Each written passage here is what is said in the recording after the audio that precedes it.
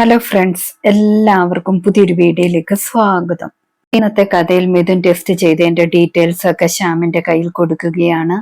വന്ദന കരഞ്ഞുകൊണ്ടേയിരിക്കുന്നത് കണ്ടിട്ട് കൂട്ടുകാരൻ ചോദിക്കുന്നുണ്ട്, ശരിക്കും എന്താണ് പ്രശ്നം, വർഷ ഇതിലെങ്ങനെയാണ് പെട്ടതെന്നൊക്കെ ചോദിക്കുന്നു. ശ്യാം അപ്പോൾ എല്ലാം പറയാമെന്നൊക്കെ പറയുന്നു. ശേഷം കാണിക്കുന്നത് വർഷയാണ്. വർഷയുടെ അടുത്തേക്ക് വിക്രം ഒരുപാട് ദേഷ്യത്തോടെ വരികയാണ്. വിക്രം പറയുകയാണ്, കൂട്ടത്തിൽ ഒരു പാക്കറ്റ് മിസ്സായല്ലോ, നീയാണ് മിസ്സാകാൻ കാരണമെന്നൊക്കെ പറയുന്നു. വർഷ അപ്പോൾ പറയുന്നുണ്ട്, പാക്ക് ചെയ്തവരെ മിസ്റ്റേക്ക് ആയിരിക്കുമെന്നൊക്കെ. വിക്രം അത് സമ്മതിക്കുന്നില്ല. നിന്റെ മിസ്റ്റേക്കാണ്, നീ ഇതുപോലെ ആവർത്തിച്ചാൽ നിന്നെ വെറുതെ വിടില്ല എന്നൊക്കെ പറഞ്ഞിട്ട് അടിക്കാൻ കൈ ഓങ്ങുന്നുണ്ട്. ബിസിനസ് കാര്യത്തിൽ എനിക്ക് ഭാര്യ എന്നൊന്നുമില്ല, എന്റെ ബിസിനസ്സിൽ എന്തെങ്കിലും പ്രശ്നമുണ്ടാക്കിയാൽ ഞാൻ കൊന്നു കളയുമെന്നൊക്കെ പറഞ്ഞ് ഭീഷണിപ്പെടുത്തിയിട്ട് വിക്രം അവിടെ നിന്നും പോകുന്നു.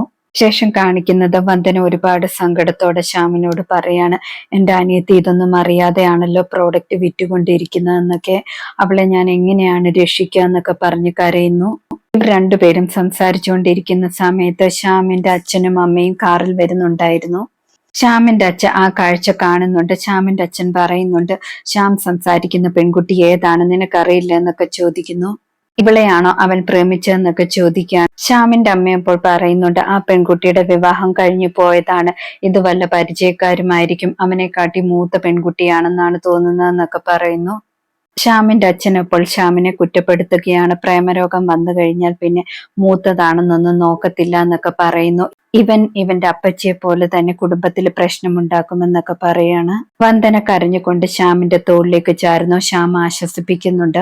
അതുകൂടെ കാണുമ്പോൾ ശ്യാമിന്റെ അച്ഛൻ അമ്മയോട് പറയുന്നുണ്ട്, ഞാൻ പറഞ്ഞത് തന്നെയാണ് ശരി, നീ നോക്കിക്കേ എന്നൊക്കെ പറയാണ്. അതെല്ലാം കണ്ടുകൊണ്ട് ശ്യാമിന്റെ അച്ഛൻ ദേഷ്യത്തോടെ വണ്ടി വിട്ടു പോവുകയാണ്.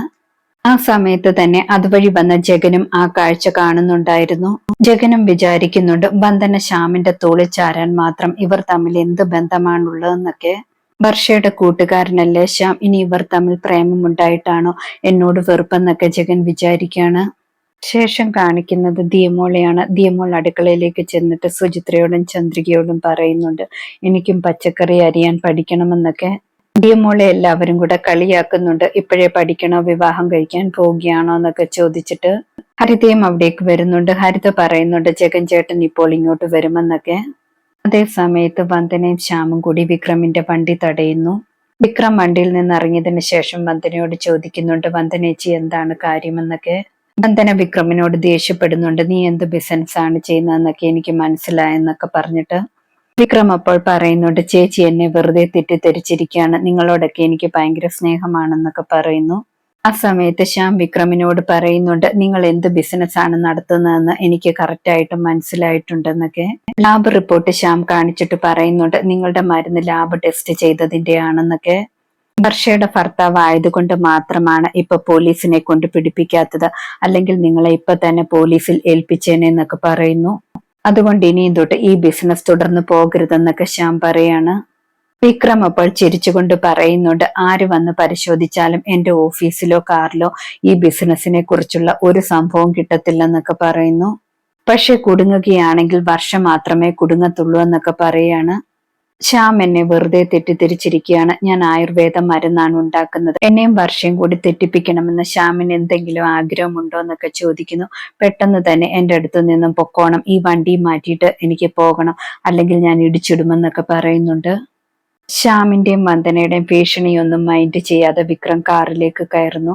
വന്ദന ബൈക്ക് മാറ്റി കൊടുക്കാനെന്ന് ശ്യാമിനോടും പറയുന്നുണ്ട്. ശ്യാം മാറ്റി കൊടുക്കുന്നുണ്ട്. വിക്രം ദേഷ്യത്തോടെ കാർ സ്പീഡിൽ ഓടിച്ച് അവിടെ നിന്നും പോകുന്നുണ്ട്. വന്ദനയ്ക്കും ശ്യാമിനും ഒരുപാട് ദേഷ്യം വരുന്നുണ്ട്.